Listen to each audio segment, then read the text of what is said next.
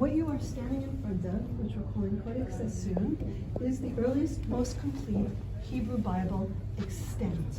It was written around the year 900, and we know this from two ways. Number one, it was carbon dated. The carbon dating goes from 880, so late 9th century, till about the 960s, to the early 10th century. But it has also been studied by scholars of early Hebrew manuscripts, and they think that this is from the earliest parts of the 10th century, so we are saying circa 900. It is not the earliest dated Hebrew manuscript. In other words, there's a portion of the Bible with the date 918 on it, but it is a almost complete Hebrew Bible. What that means that it begins in Genesis. It's missing the first 10 chapters and continues to include all the 24 books of the Bible, which is the 5 books of Moses, the Pentateuch, the prophets, former and latter prophets, and the writings. So it's a Tanach, it's an entire Torah. And this manuscript is astonishing on many levels. But one of the most important features of this manuscript is that this manuscript now contains the standard stabilized text of the Hebrew Bible, and this is the earliest time that we have what we consider now the standard Hebrew Bible, which is from about the year 900. And in order to explain that a little bit further, I'm going to take 2 steps back, and I'm going to show you what we have from the earlier periods. All right, so what you're looking at here is a portion of the Dead Sea Scrolls. Okay? So where does the Bible come from? Like, how do we have the text of the Bible? The place where we have the text of the Bible is from the earliest discovered portions of the text of the Bible were found in caves in the Judean desert, and they're called the Dead Sea Scrolls. It's caves near the Dead Sea. And what you have in these books of the Bible are portions of the Bible, because they're fragments, some are very small, some are just this big, and some of them are longer. We have the entire book of Isaiah. And these books, or these scrolls containing books, were written between 300 before the Common Era and to go through the end of the 1st century of the Common Era. So they're written between 2200 and 1800 years ago. And what's important to keep in mind is that these books, or these scrolls containing the books of the Bible, were not that easy to read because they contain no vowel marks, and they contain no cantillation marks. And when you're missing those, you don't always know how to pronounce a word. And the same Hebrew word could be pronounced and therefore understood many different ways. And the example that I was pointing out was the word samach peresh, which could mean sefer, book. It could mean sofer, scribe. It could mean lisaper, to tell. It could mean many different things depending on the vowels. These Dead Sea Scrolls had no vowels. So, how do you pass on and transmit the text of the Hebrew Bible properly? Well, we go from this period, from about the year 200 till the year 900, and we actually have nothing. We have no Hebrew books. During this time, the Christian world has adopted the Codex format. The Islamic world begins adopting it in the 8th century to write the Quran, and 7th, 8th century, most of them extant from the 8th century, end of the 8th century. And in the Jewish world, there are actually no books for 700 years. It's called a silent period. And at this time, there were a group of scribes and scholars living primarily in the city of Tiberias, but in other places as well, in Babylonia. And they were working to ensure the correct transmission of the Hebrew Bible. And they did this by creating 3 important systems. They created the system of vowel points called nikud. And what that did was they added vowel points to the text of the Bible, so you would know exactly how it was to be pronounced. They also created the system of ta'amim, which is the cantillation, right? That is how you chant the text, but also where you stop and where you start in the middle of a sentence, towards the end of a sentence, etc. And sometimes where you stop and start can make a big difference in the understanding. Is it a question or is it declarative? You know, what do we got there? And they also created a system of lists that they wrote on the top and the bottom of the margins of the Bible, right? And these lists tell you how many times a word appears, in what form it appears, how it's to be pronounced. And there are actually two systems. This is called Masorah, meaning tradition. And the scribes that did this were called Masoretes, or Masranim, meaning those who kept the tradition, who passed on the tradition.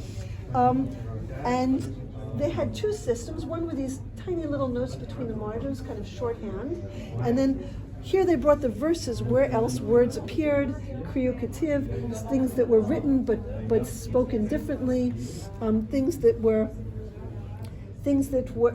all kinds of, they counted the number of sentences in every book of the Bible, the number of letters. It was kind of an obsessive examination and listing. And this ensured the correct critical transmission of the Hebrew Bible. So, for example, there were Christian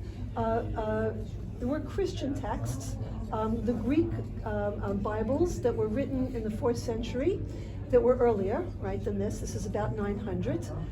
Codex Vaticanus, for example, and others. There are 4 great Bibles, but those are Greek.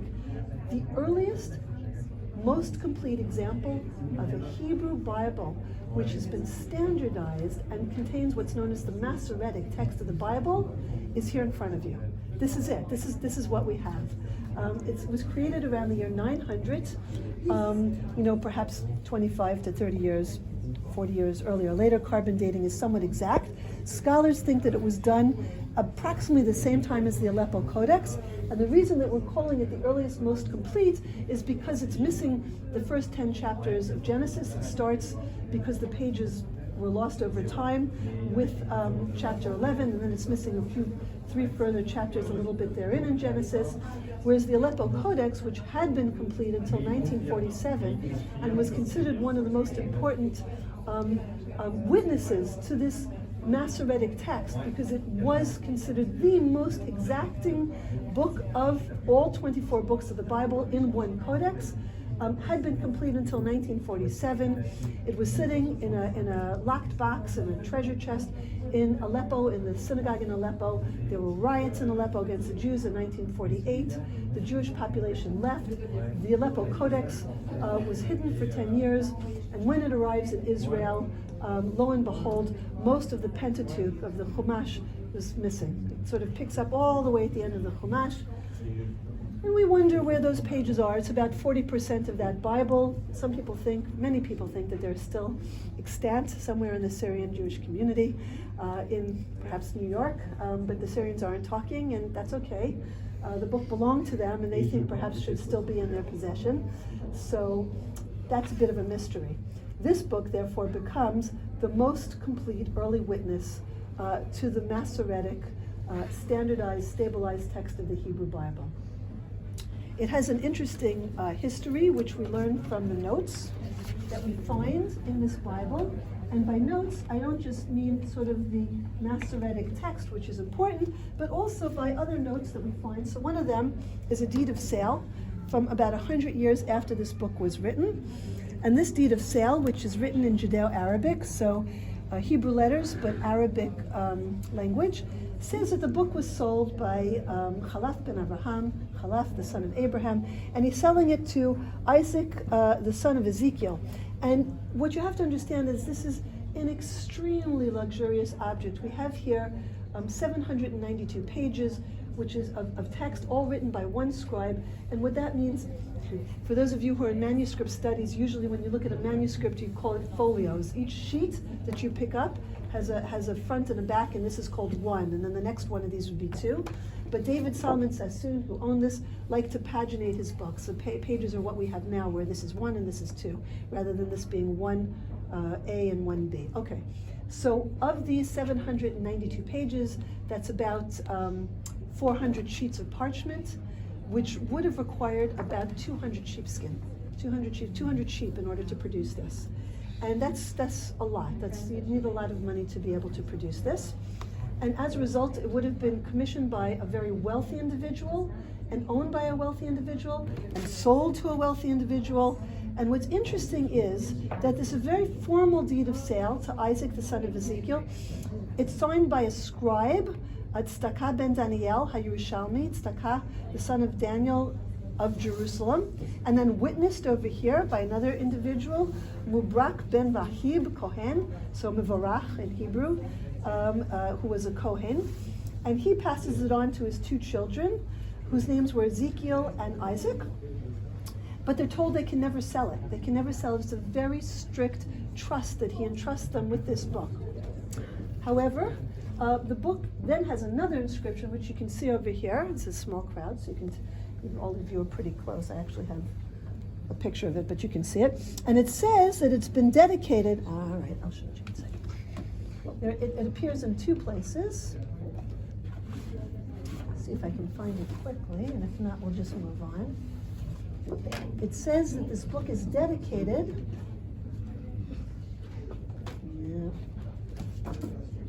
Okay. All right.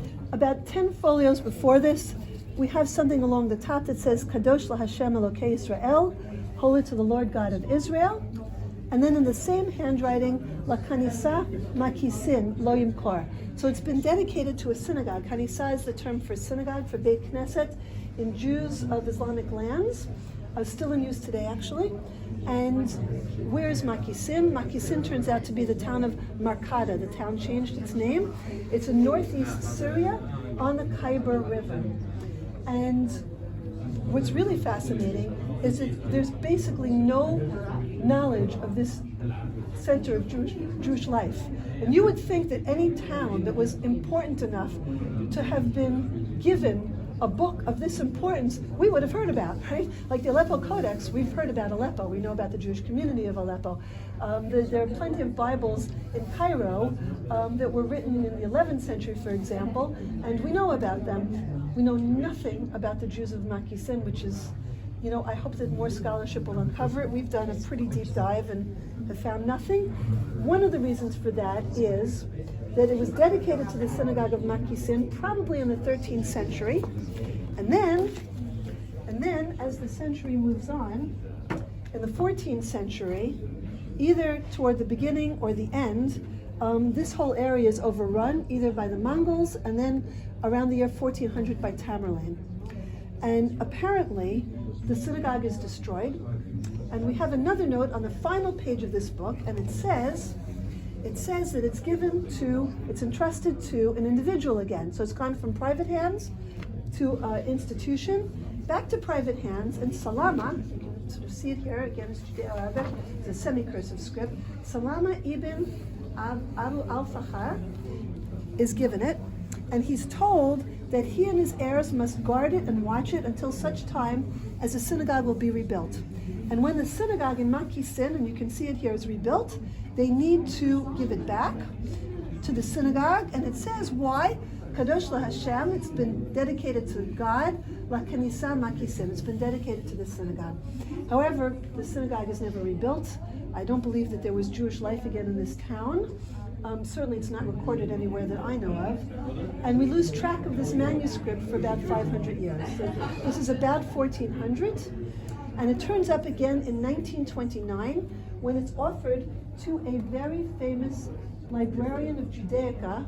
He was working in Frankfurt for the state library, or it's called the Staatsbibliothek, the city library in Frankfurt. And he is offered this book.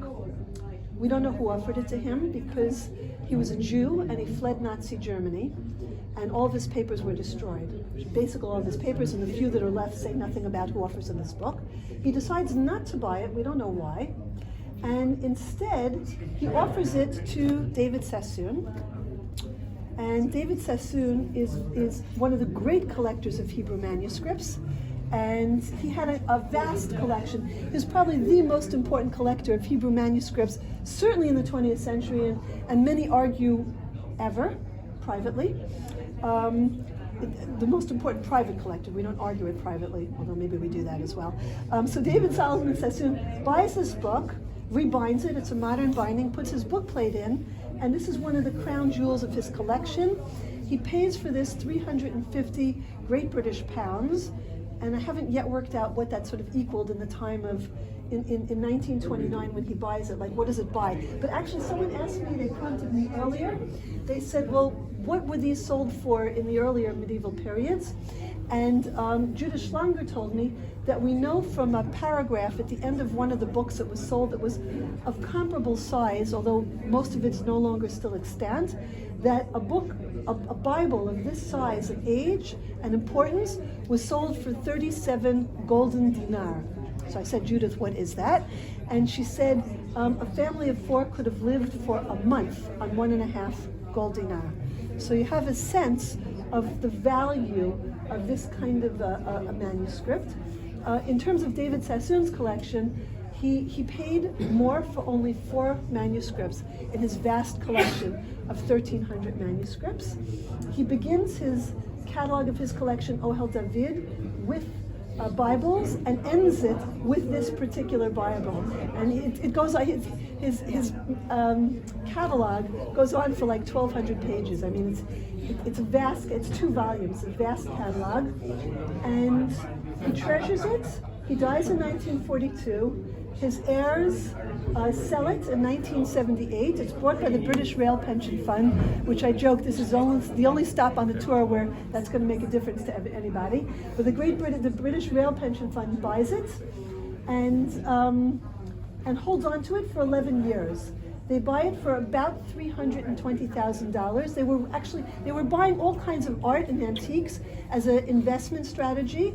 They were criticized for it, but they did very well with this manuscript because it was sold 11 years later for 10 times the price.